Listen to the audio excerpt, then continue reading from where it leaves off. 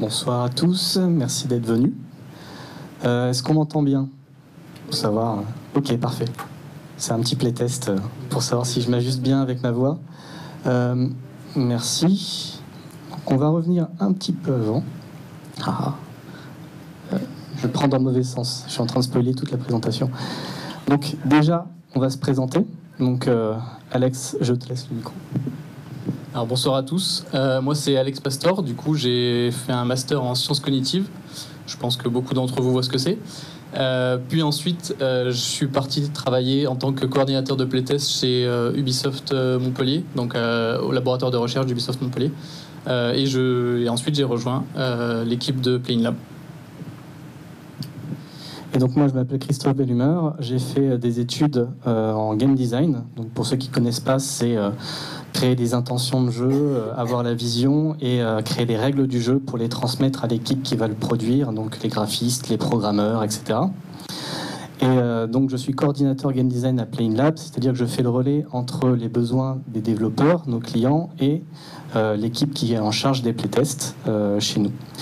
Donc j'ai travaillé notamment chez Playsoft, qui était une entreprise qui faisait des jeux, enfin qui fait toujours des jeux sur mobile, Facebook, etc. Et chez Ubisoft, dans une section mobile également. Du coup, juste une présentation rapide sur Playing Lab. Donc Playing Lab, ça aide les structures telles que les développeurs de jeux vidéo ou les éditeurs de jeux vidéo à pouvoir mettre en place des étapes clés qui garantissent la qualité et l'accessibilité dans les jeux. Donc ça passe bien sûr par l'UX avec des playtests, des expertises, mais également du contrôle qualité pour chasser les bugs, de l'analyse de données pour mettre des trackers dans les jeux en ligne, et également de la communication. Donc tous ces outils qui permettent de faire un suivi de qualité de leurs joueurs. On a été fondé en 2013 par des spécialistes du jeu, c'est important. On connaît le jeu vidéo parce qu'on a été des développeurs et donc on est à même de s'adresser à eux. Et dans cet état d'esprit, notre équipe est multidisciplinaire. Donc moi, game design, et Alex, qui a fait de l'UX en tant que user researcher, ce qui permet de travailler comme dans une équipe de production de jeux vidéo, avec des compétences différentes et des croisements d'expertise. On a travaillé notamment avec des gros éditeurs connus comme Bandai, Gameloft, Big Ben, Ankama bien sûr, et des petits développeurs indépendants comme Robot Gentleman et CCCP qui sont présents aussi dans la région. Donc on est présent à Tourcoing et on a une antenne à Paris et aussi à Gdansk en Pologne. Alors une petite introduction sur le Game UX Summit qui s'est déroulé récemment à côté, à la Pleine Image. Donc c'est un événement que nous avons co-organisé avec la Pleine Image et Gaming. Gaming, c'est le cluster, l'association des entreprises du jeu vidéo du Nord. Et la Pleine Image, c'est un institut de l'image qui regroupe toutes les activités liées au numérique dans le secteur. Et l'idée, c'était de pouvoir organiser la première édition du Game UX Summit, qui est un salon professionnel, le premier salon professionnel dédié aux jeux vidéo, à l'UX dans le jeu vidéo, pardon, qui a été créé notamment par Celia Odent, qui est une experte reconnue dans le domaine de l'UX, qui a travaillé chez Epic Games, chez Ubisoft.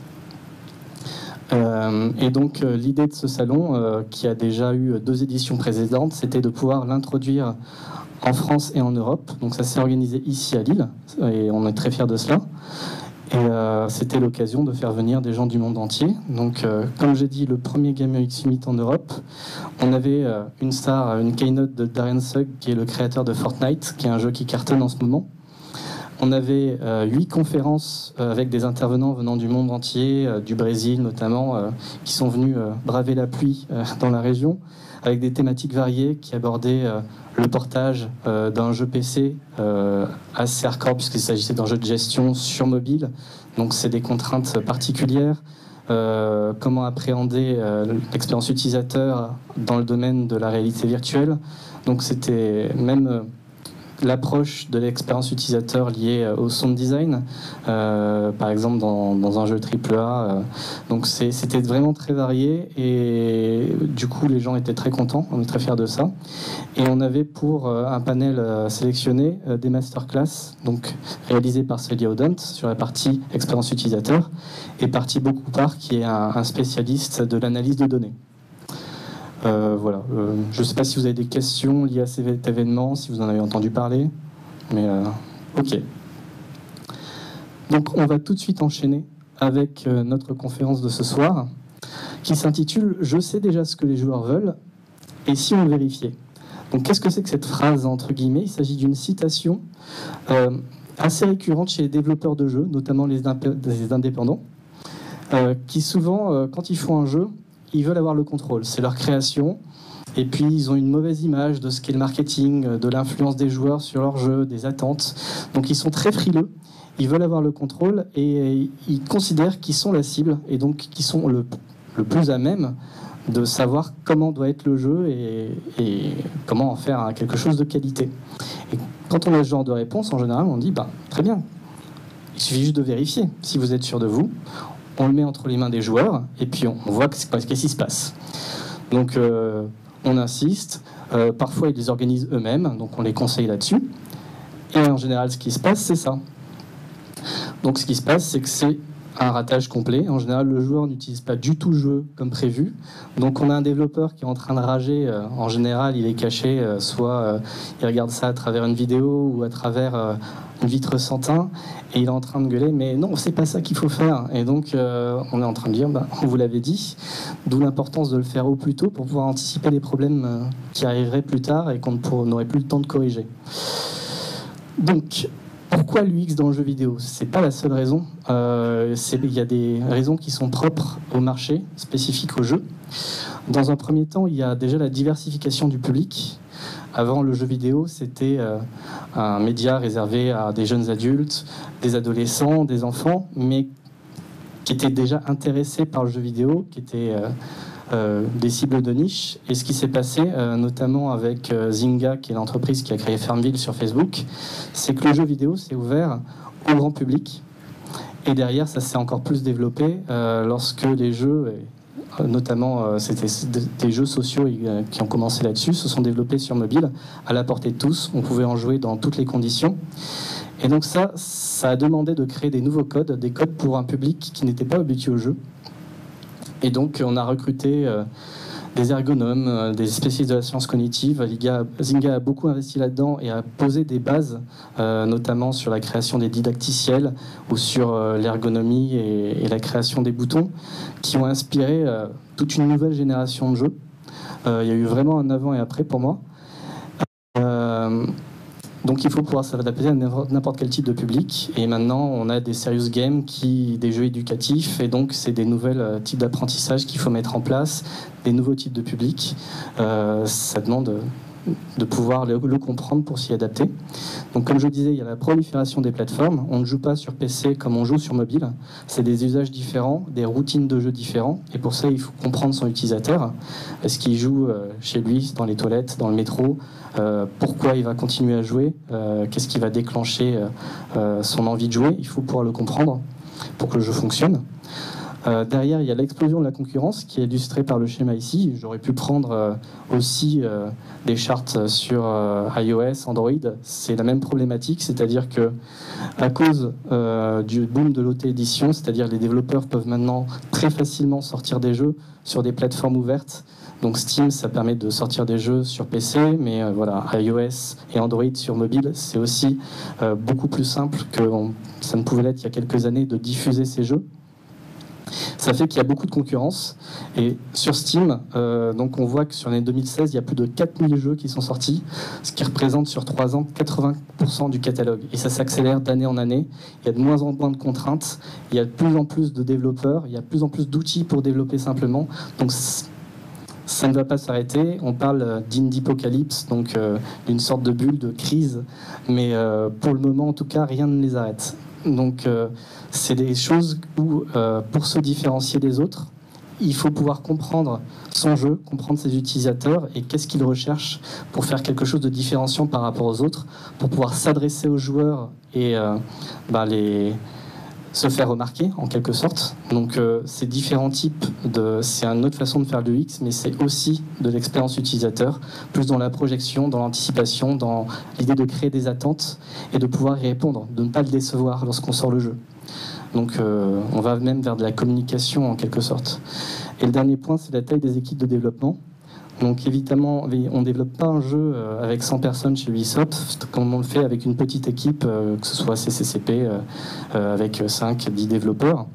Donc l'avantage de l'UX, c'est que qu'on soit une grosse ou une petite équipe, c'est toujours un moyen de mettre les gens d'accord. C'est-à-dire que quand il y a des conflits dans les équipes, l'arbitrage, c'est le joueur. C'est lui qui va décider est-ce que l'expérience est correcte, est-ce qu'elle correspond, est-ce que les joueurs est-ce que le développement va dans la bonne direction.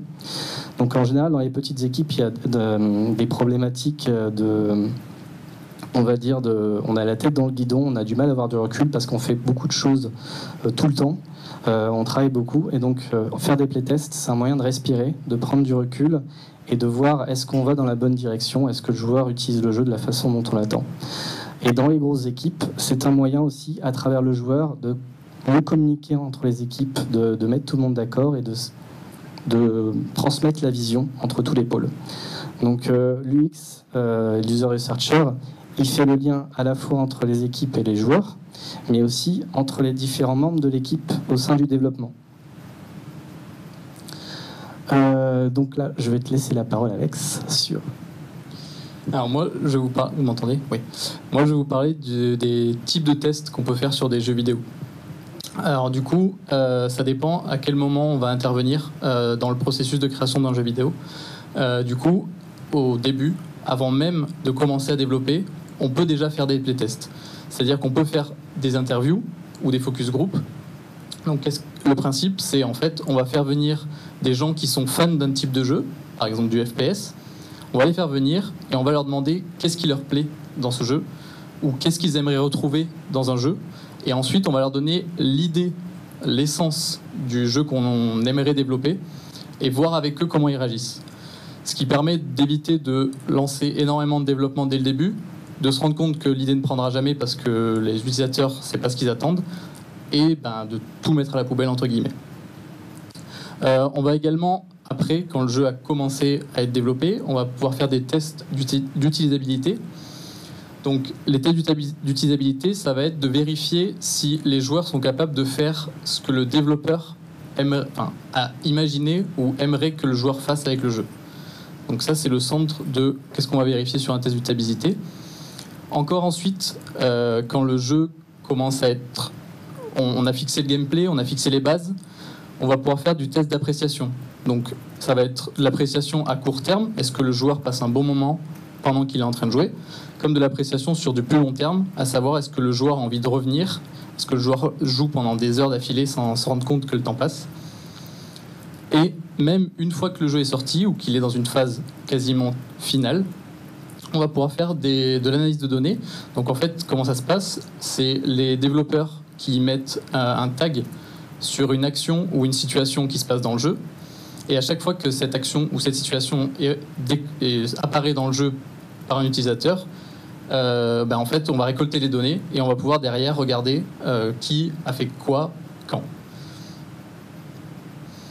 Donc du coup, les 3 premiers types de tests, ça va se faire dans un laboratoire. Donc c'est subjectif, c'est-à-dire que on a la personne en face de nous, on va pouvoir faire de l'observation fine, et c'est des profils de joueurs qui ont été recrutés comme étant des clients potentiels. Et donc c'est subjectif et qualitatif, à l'inverse des analyses de données qui, elles, vont être plutôt objectives, vu que le jeu est déjà soit en bêta, c'est-à-dire qu'il y a quelques personnes qui sont autorisées à jouer en avance, soit déjà sorties. Donc on va récolter énormément de données à chaque fois que le tag est déclenché.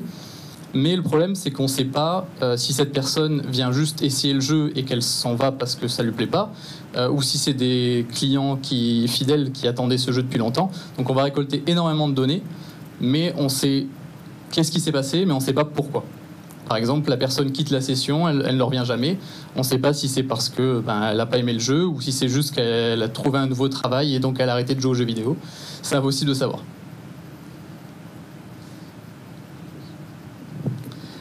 Et donc, dans le jeu vidéo, par rapport à l'UX, on a des problématiques spécifiques. Alors certes, il y a des choses qui sont communes à d'autres médias, qui sont les problématiques d'interface. Et d'ailleurs, le jeu vidéo utilise ce qui se fait ailleurs pour ça. Mais on a aussi des choses qui sont inhérentes à l'interactivité et à la création d'une expérience de jeu.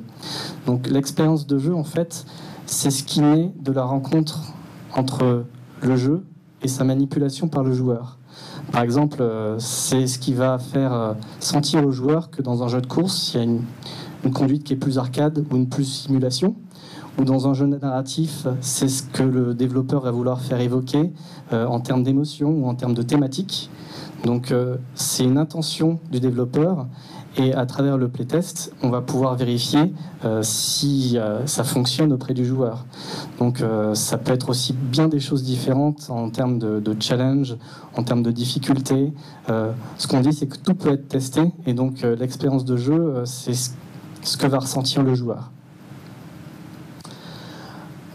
Donc là-dessus, je vais te laisser. Donc, je vais vous présenter du coup, entre guillemets, comment fonctionne un jeu vidéo et du coup, quelles problématiques sont propres au jeu vidéo.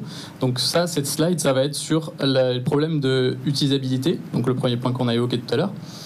Du coup, un jeu vidéo, comment ça marche? Alors, il y a ce qu'on appelle une game loop, qui est le centre du jeu, à savoir, le joueur a un objectif, il a un challenge, et s'il réussit ce challenge, il est récompensé. Donc ça, c'est le cœur même du jeu vidéo. Par exemple, l'objectif est ouvrir cette porte, le joueur se dirige vers la porte, il faut résoudre une énigme, s'il résout l'énigme, il ouvre la porte, derrière la porte un trésor. Ensuite, il y a les 3C. Donc les 3C, en fait, ça va être le lien entre le jeu vidéo et le joueur. Donc à savoir caméra, contrôle, caractère. Et les 3C, le joueur va interagir avec grâce à des inputs, une manette par exemple, et le jeu va lui répondre grâce à des outputs, à savoir un écran, du son, une vibration de manette par exemple. Qu'est-ce qu'on va tester? C'est d'être sûr qu'il y ait une bonne communication entre le joueur, ce qu'il veut faire, ce qu'il a compris qu'il fallait faire, et ce que le jeu lui donne. Donc pour ça, on va utiliser les signes et feedback. Donc un feedback, c'est quoi? Alors c'est très simple. L'objectif, ça va être de... Vous êtes dans un FPS, vous avez une arme dans les mains, l'objectif c'est de tuer votre adversaire. C'est très simple. Le challenge, vous vous doutez, c'est juste que l'adversaire va pouvoir riposter. Donc vous avez dans vos mains votre manette. En input, ce que vous allez faire, c'est pouvoir gérer la caméra pour viser et donner l'information de tir, donc déclencher le tir. Qu'est-ce que c'est qu'un feedback? Un feedback, ça va être le jeu prend ces informations en compte, il va émettre un son, le son du tir. Il va y avoir également une information visuelle, à savoir les flammes au bout du canon. Et enfin, la troisième chose qui est très importante, c'est on va avoir un feedback ou une animation sur si le joueur a touché ou non son adversaire. Si on oublie cette phase-là, le joueur pense qu'il a juste eu tir, mais qu'il n'a pas touché l'adversaire. Et donc, du coup, le feedback est mauvais. Et les signes, en fait, ça va être, vous avez tué votre adversaire, il tombe au sol, et il fait tomber une arme. Et donc, cette arme, elle va être surlignée pour vous informer que vous pouvez interagir avec. Donc, les feedbacks, ça va être les retours que le jeu donne en réponse à une action du joueur. Et les signes, ça va être une incitation pour que le joueur aille interagir avec un élément.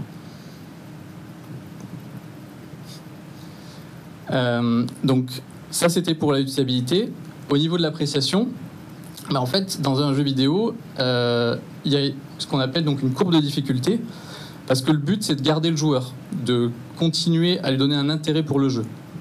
Donc ce qui se passe, c'est que à mesure que le joueur joue, premièrement il a appris, donc il commence à avoir des réflexes qui sont propres au jeu, son expérience grandit, mais également le personnage ou l'activité au fur et à mesure du jeu, étant donné que sur l'exemple d'avant, par exemple, il a ramassé une nouvelle arme sur un ennemi, son personnage va devenir plus puissant. Donc l'idée, si on veut garder le joueur et qu'on ne veut pas qu'il s'ennuie, c'est d'augmenter la difficulté. Donc c'est ce qu'on appelle donc le flow, c'est-à-dire il faut que le joueur ait l'impression de progresser, mais en même temps que ce ne soit pas trop simple parce qu'il devient trop fort face aux ennemis. Donc il faut pouvoir monter la difficulté à mesure que le joueur progresse, pour garder en fait le côté du fun et donc la rétention, ce qu'on appelle l'appréciation sur du long terme, pour être sûr que le joueur s'amuse. Voilà, donc le flow, en quelque sorte, c'est une sorte d'état transcendant. On a l'impression d'avoir le contrôle absolu du jeu parce que le challenge qui est proposé aux joueurs est parfaitement adapté par rapport à sa capacité de joueur, cette capacité s'améliorant au fur et à mesure des challenges qu'on lui propose. Et c'est cette notion de résolution de challenge qui sont perçus par le joueur comme des mini-puzzles à chaque fois, qui sont hyper gratifiants, qui provoquent une décharge d'endorphine qu'on appelle le fun dans le jeu vidéo. Donc le fun, en quelque sorte, c'est lié à la capacité de résoudre des challenges permanents et d'avoir un levier de motivation qui va nous appeler vers un nouveau challenge en permanence. Et du coup, pour pouvoir le tester, on a mis en place des protocoles spécifiques. Donc là, on va voir des cas d'usage pour tester les problématiques spécifiques du jeu vidéo. C'est des tests un peu exotiques parce que on pensait que c'est ce qui était le plus intéressant à vous montrer plutôt qu'un test classique dans un laboratoire. Là, on va pouvoir voir des cas extrêmes qui mettent en lumière comment on met en scène un jeu. Donc là, on a un jeu avec un objet connecté. Ce jeu, en fait, il servait à apprendre aux enfants à bien se brosser les dents. Donc c'était une brosse à dents connectée en lien avec une tablette ou un smartphone, avec un jeu de course de type runner, comme Minion Rush ou ce genre de jeu. Donc la problématique, c'était de recruter des enfants et de les mettre dans des conditions où ils puissent s'exprimer avec le plus de naturel possible pour qu'on ait des retours neutres, pertinents, qui étaient sur l'ergonomie et sur la difficulté du jeu. Donc ça nous a demandé d'avoir un espace réel. Donc on a loué un appartement avec une salle de bain parce que se brosser les dents dans un laboratoire, ça fait des tâches. Donc ça demandait du coup une logistique particulière. On avait besoin de la présence d'un parent parce qu'on s'est dit que lors de la première utilisation d'un appareil, il y a toujours un parent qui est à proximité pour partager un moment avec son enfant parce que c'est une expérience partagée, pour pouvoir s'assurer du contrôle, du paramétrage de l'appareil et pour pouvoir s'assurer que l'enfant fait les choses correctement. Donc on avait le parent qui faisait partie du protocole de test qui était inclus. En général, dans les tests, on évite que les gens communiquent parce qu'ils peuvent se biaiser entre eux en se donnant des informations. Là, en l'occurrence, on a encouragé les parents, les enfants à communiquer entre eux parce que c'était l'expérience réelle de l'utilisation. Et ça nous a permis de voir est-ce que l'appareil fonctionne, est-ce que le parent comprend lui-même ce que je évoque ou les problématiques et qu'est-ce qu'il est en mesure d'aider l'enfant, est-ce que l'enfant a une certaine autonomie. Donc là-dessus, l'ergonomie, c'était simplement voir le parcours utilisateur pour accéder à une course. Lorsqu'il était dans une course, on regardait le nombre d'échecs, donc on les comptait. Et ensuite, on avait, après chaque course, des questionnaires. Donc là aussi, une autre problématique, comment faire répondre à des questionnaires à des enfants.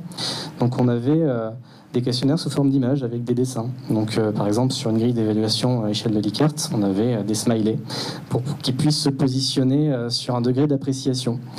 Voilà, on a beaucoup étudié la façon dont on pouvait communiquer avec les enfants, ce qui est très particulier pour faire des débriefings. Mais en tout cas, voilà, c'est une forme extrême de playtest sur du jeu vidéo qui nous a permis d'évaluer la difficulté et l'ergonomie du jeu. Un autre exemple avec un jeu en réalité virtuelle. Donc, il s'agissait d'un jeu d'escalade plutôt orienté simulation.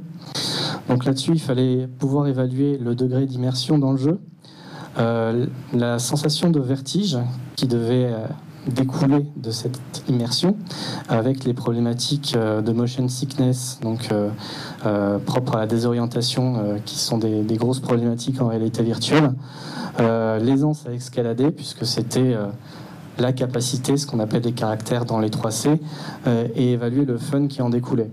Donc là-dessus, on a fait un test où déjà on pouvait laisser libre le joueur sur est-ce qu'il voulait jouer assis ou debout, parce que de toutes les façons, en fait, il faut laisser une part de liberté pour être dans des conditions les plus proches possibles de ceux du jeu et pouvoir, on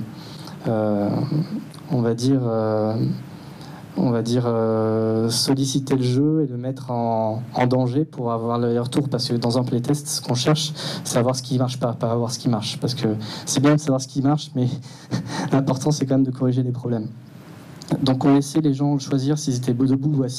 On laissait les joueurs commenter en direct leur session, ce qui est très important en VR, puisque ils sont immergés dans un monde et les sensations qu'ils ont pendant cette expérience ne peuvent absolument pas être remémorées et expérimentées après coup. Donc leur poser des questions, leur demander de commenter ne serait-ce qu'une vidéo de ce qu'ils avaient vécu, ça n'aurait pas été la même chose que leur faire commenter en direct leurs difficultés, leurs sensations, leurs émotions.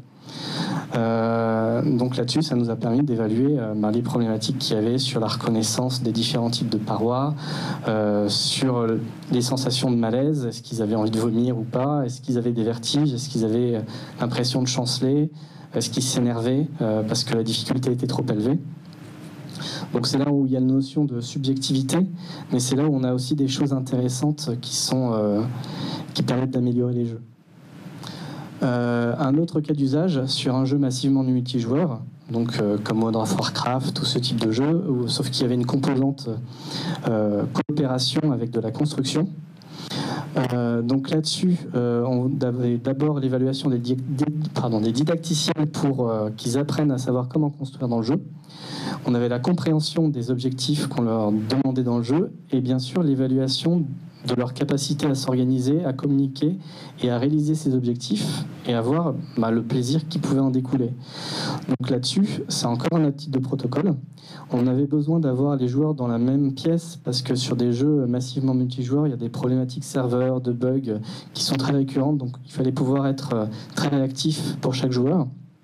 Et aussi, donc, le fait qu'ils soient tous présents dans la même pièce, donc il y avait plus de 50 joueurs, ça permet de reproduire l'effet social. C'est-à-dire qu'en général, ces joueurs, ils jouent avec un casque sur la tête, ils ont des clans, des guildes, et ils communiquent en permanence entre eux. Si on avait eu un protocole individuel ou des gens séparés déjà, on n'aurait pas pu avoir 50 personnes dans notre laboratoire, mais s'ils étaient à distance, on n'aurait pas pu les observer avec finesse dans leur comportement. On aurait juste eu un retour après coup. C'était moins intéressant pour nous. Donc on leur a laissé la liberté de communiquer entre eux pour pouvoir s'organiser et répondre à ces objectifs. Et du coup, on pouvait voir le potentiel en termes de lien social, de communication du jeu.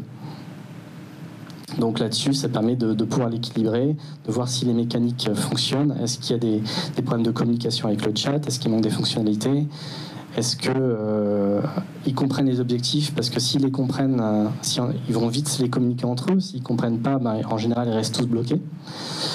Donc voilà, c'était assez intéressant à mettre en scène.